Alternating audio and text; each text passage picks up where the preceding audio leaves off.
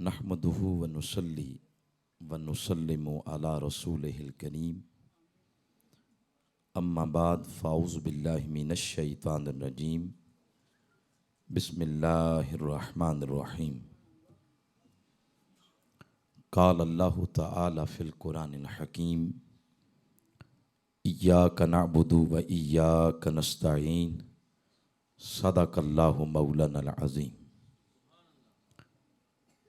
सलातु वस्सलामु अलैका या रसूलल्लाह व अला आलिका वस्हाबिका या सय्यदी या रहमतल लिल आलमीन व खातमन नबिय्यीन व शफ़ीअल मुज़निबीन वल्हम्दुलिल्लाहि रब्बिल आलमीन।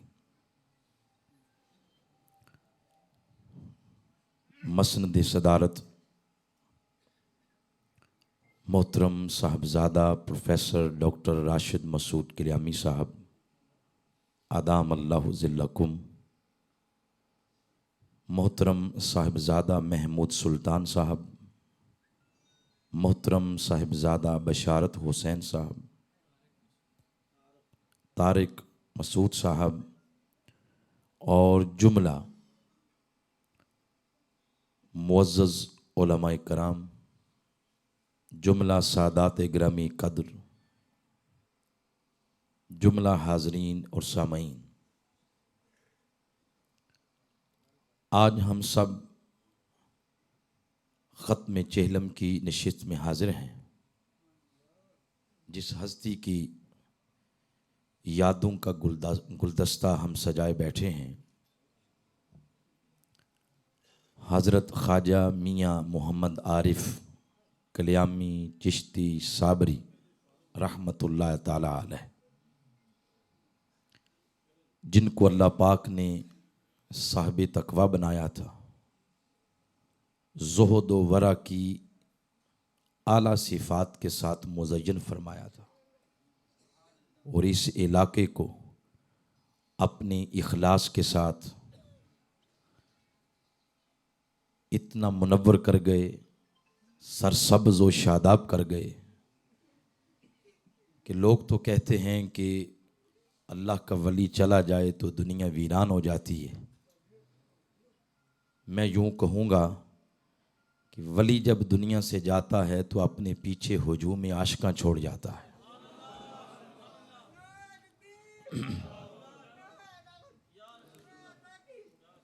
वो एक हुजूम आशिकां छोड़ गए और फिर अपनी औलाद को अपने आका व मौला सल्लल्लाहु अलैहि वसल्लम की ग़ुलामी का पूरी इस सरज़मीन पर और पाकिस्तान में और इस इलाके में हुजूर की ग़ुलामी का पैगाम आम करने के लिए जो औलाद तैयार करके गए वो आपके सामने है।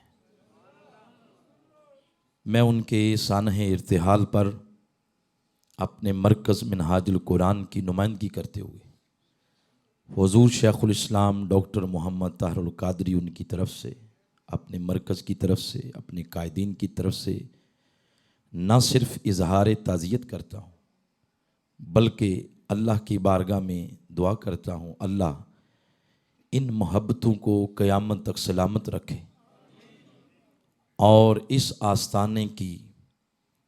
आस्ताने की सूरज की जो किरणें हैं उसको कभी ग्रहण न लगे और यहाँ पर आने वाले रूहानियत के मुतलाशी यहाँ आकर अपनी सैर प्यास को सैराबी में बदलते रहें। मैंने सोचा था कि आपको पता होगा जब मैंने पिछली दफ़ा मीलाद पाक के मौजू पर यहाँ खिताब किया तो हुजूर पीर साहब अपनी नशिस्त से इतना बाहर तशरीफ़ नहीं लाते थे, लेकिन उस दिन उन्होंने मुझे फरमाया कि मैं आपका खिताब सुनने के लिए ऊपर आऊँगा। आप फिर ख्वाजा साहब के कदमैन में बैठ के तो आपने मेरा सबक सुना। मेरे मोबाइल में अभी भी वो तस्वीर मौजूद हैं। उसके बाद जब हम नीचे उनके हुजरे में हाज़िर हुए तो मुझे फरमाने लगे कि आज आपकी गुफ्तगू के दौरान मेरा दिल किया कि मैं आपको कहूँ कि आप हुजूर के मोजज़ात पर गुफ्तगू करें। मैंने अर्ज़ किया आप फरमा देते, साहिबजादा साहब इस चीज़ के गवाह हैं। तो उन्होंने फरमाया कि फिर आप मौजू तैयार करके लाए थे तो मैंने डिस्टर्ब नहीं किया आपको, तो आइंदा जब मौका मिले तो मोजज़ात बयान करेंगे। तो मैंने कहा कि इंशाअल्लाह। अब वो उधार है, कर्ज़ है, क्योंकि इस नशिस्त के दामन में इतनी गुंजाइश नहीं है। वक्त बहुत सारा बीत चुका है कि अब ये ऐसा मौजू है जब इस पे इंसान जब दलाइल दे, कुरान और हदीस मोजज़े की डेफिनेशन, तो उसके लिए वक्त चाहिए। तो मैं इसको कर्ज समझता हूँ, जब उनके कदमों में बैठ के हम महफिल करेंगे तो ये मौजू हम इंशाअल्लाह वहाँ बयान करेंगे। तिलावत करदा आयत करीमा की रोशनी में दो चार बातें आपकी तबीयतों को देखते हुए और वक्त के दामन में जितनी गुंजाइश है उसको देखते हुए मतलूबा आयत करीमा से दो चार निकात आपके बल्कि हुजूर पीर साहब के हुजूर पेश करना चाहता हूँ। ये आयत करीमा है सूरह फातिहा की आयत नंबर 4, जिसमें अल्लाह करीम ने इरशाद फरमाया, बंदे की ज़ुबान से ऐलान करवाया कि बंदे ऐलान कर और खुदा की सारी खुदाई को बता, तेरा माबूद कौन है और तेरा मुस्तआन कौन है। बंदे ने ऐलान किया, कुरान हकीम इस चीज़ का शाहिद है, इय्याका नअबुदु व इय्याका नस्तईन, ए अल्लाह हमारा माबूद भी तू है और हमारा मुस्तआन भी तू है, यानी इबादत भी तेरी करनी है और मदद भी तुझसे तलब करनी है। हर कसो नाकिस के जहन में कुरान की इब्तदा में ये बात डाल दी गई कि हमारी इबादतों का सज़ावार भी वही है और हमारा हकीकी मददगार भी वो है। पीछे 3 आयत करीमा हैं, इन 3 आयात करीमा में भी एक बड़ी प्यारी बात इख्तिसार से फरमाया, अल्हम्दुलिल्लाह रब्बिल आलमीन। इस पहली आयत करीमा में इंसान की ज़िंदगी के एक मरहले का जिक्र है। वो मरहला बयान किया लफ्ज़ रब बोल के, जब फरमाया न कि सारी तारीफ़ें मेरे लिए हैं। मौला क्यों? फरमाया इसलिए कि मैं तुम्हारा रब नहीं हूँ, रब सिर्फ मैं हूँ, लिहाजा सिर्फ मैं ही रब हूँ, लिहाजा इबादतें भी मेरे लिए होनी चाहिए। बारी ताला अगर ये बात है, तेरे रब होने की वजह से तेरी इबादतें की जाती हैं, तो तू इजाज़त दे फिर उनकी भी इबादत की जाए जिनको तूने खुद लफ्ज़ रब का टाइटल दिया है। कुरान पाक में फरमाया, कुर रब्बिरहमहुमा कमा रब्बयानी सगीरा। वालिदैन के बारे में फरमाया कि ये बचपने में तुम्हारे रब हैं, तो मौला फिर इनकी भी इबादत करें? फरमाया नहीं। आयत के आगाज़ में देखो मैंने क्या फरमाया है, इनके लिए जब भी करनी है तो मेरी बारगाह से रहमत की दुआ करो कि मौला इन पर रहमत नाजिल कर। रह गई इबादत वो सिर्फ मेरे लिए है।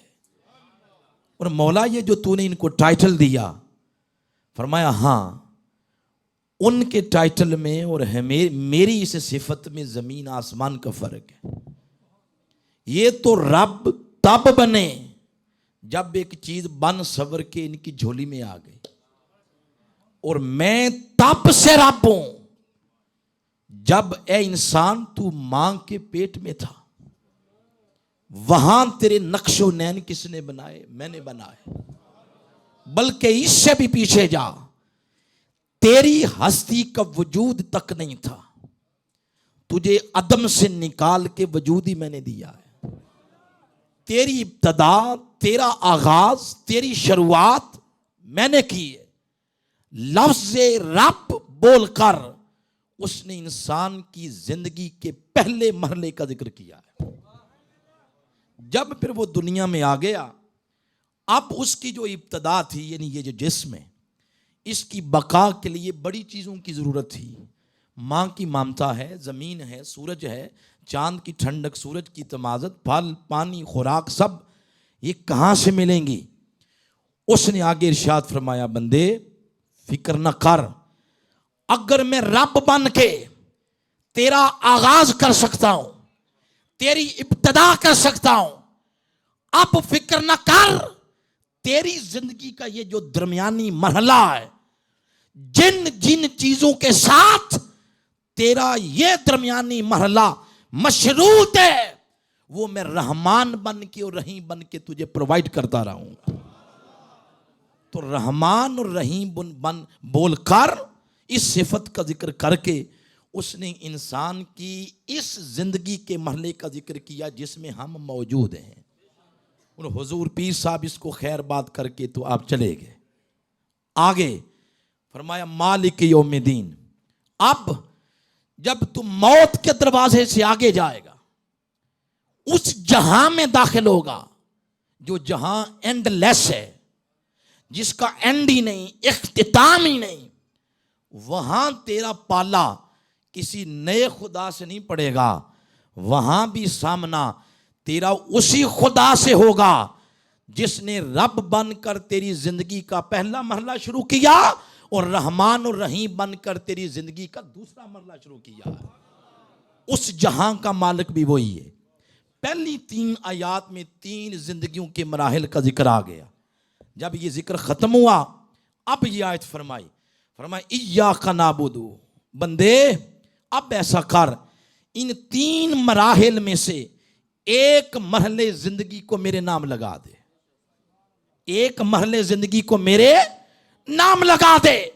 ये जो दरमियानी मरहला है इसको मेरे नाम कर और ऐलान कर, इय्याका नाबुदु, ऐ मौला जिस तरह रब बन के तूने मेरे जिंदगी के पहले मरहले में फैज दिया सिफते रुबूबियत का, जिस तरह रहमान बन के रहीम बन के तूने फैज दिया मेरी इस जिंदगी के दरमियानी मरहले में, और मालिक बन के तूने सिफते मालिकियत का फैज मुझे उस जहां में देगा, तो मौला मैं ऐलान करता हूं मेरी इस जिंदगी का एक एक लम्हा वो तेरी इबादत के ताबे होके रहेगा। इस जिंदगी का एक एक लम्हा रब की इबादत के नाम लगा दिया। एक नुक्ता। दूसरा जिस पे गुफ्तगू खत्म करूंगा वो ये, अब जब ये बात की तो वो किस तरह की, फरमाया अगर आप पसंद करें, मैं ये आपसे अर्ज कर रहा हूं, अगर आप पसंद करें, आपकी तबे नाजुक पे गिरा ना गुजरे, तो आप मुझे सुन लें, पैसे देने की बजाय मुझे सुन लें, तो थोड़ा टाइम भी बच जाएगा और मैं परेशान नहीं होऊंगा कि आप इधर इधर देख रहे हैं। तो आप तहम्मुल से बैठ जाएं। बहुत है पीर साहब की निगाह करम में तो बहुत कुछ अल्लाह पाक ने दिया हुआ है। मैं ये अर्ज कर रहा हूं, अब इन अल्फाज पे गौर करें। यह है इय्याका नाबुदु, इसमें क्या है, लफ्ज हर्फ है पहले इय्या, इसका माना सिर्फ, इसने हसर का माना पैदा किया। आगे है का माना सिर्फ तू, यानी अल्लाह। आगे है नाबुदु, ये लफ्ज बोले जरा, नाबुदु क्या महसूस किया, ये नून से शुरू हुआ ना, नून का माना हम। आगे है ऐन बा दाल अबादा, इसका माना इबादत। आप देखें इबादत का जिक्र बाद में, हमारा जिक्र बाद में, पहले जिक्र किसका आया, अल्लाह का।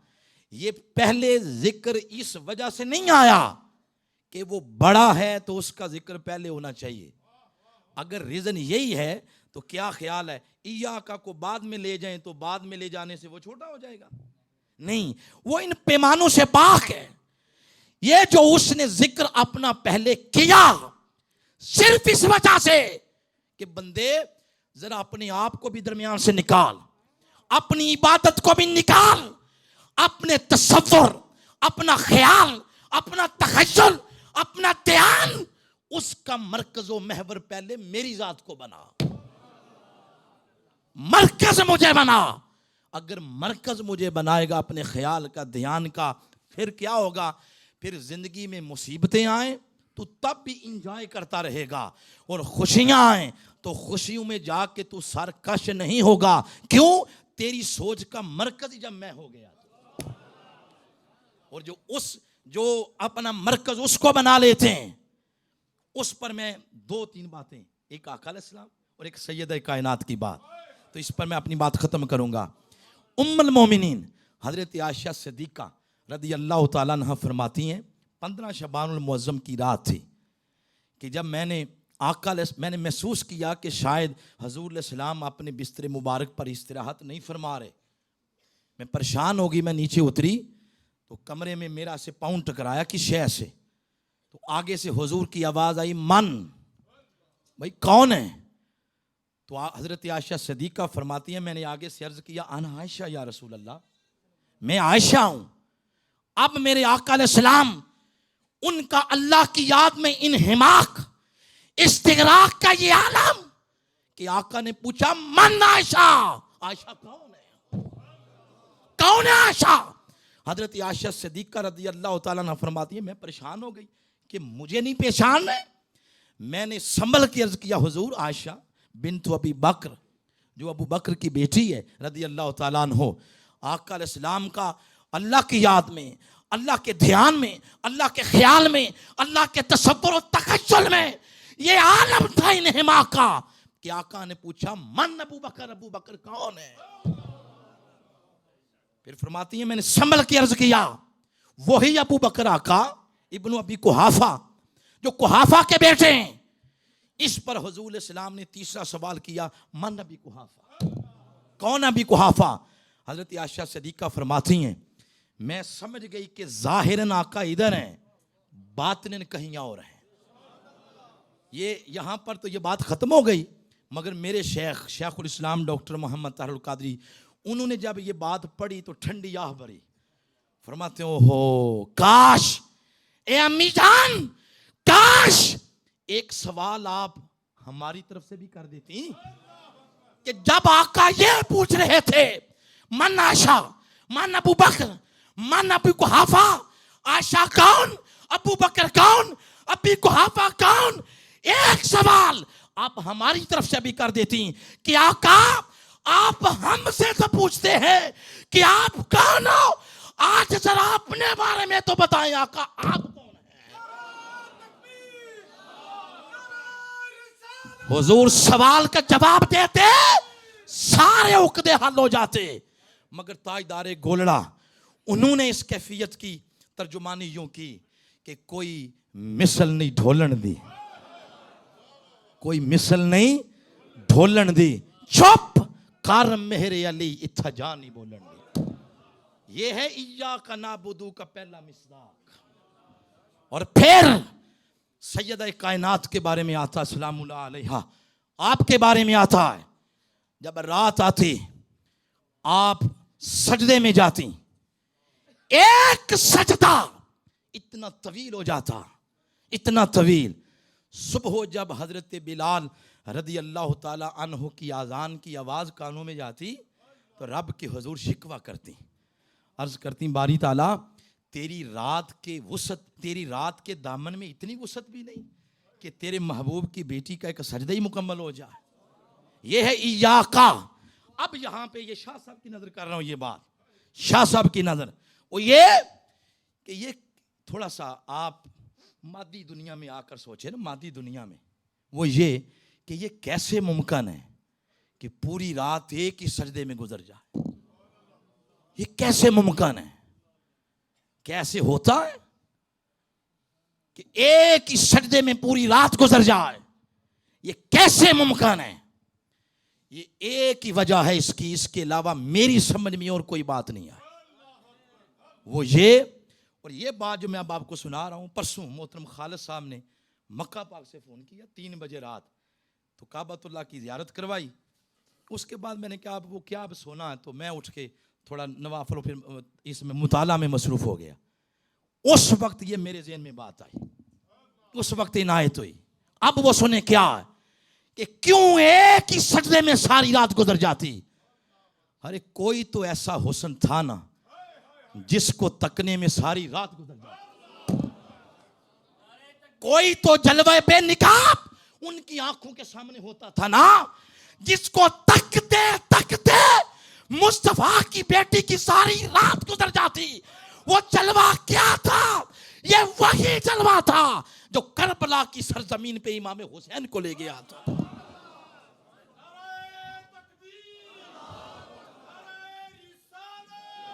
इय्याका नअबुदु, ऐ मौला सिर्फ तेरी इबादत।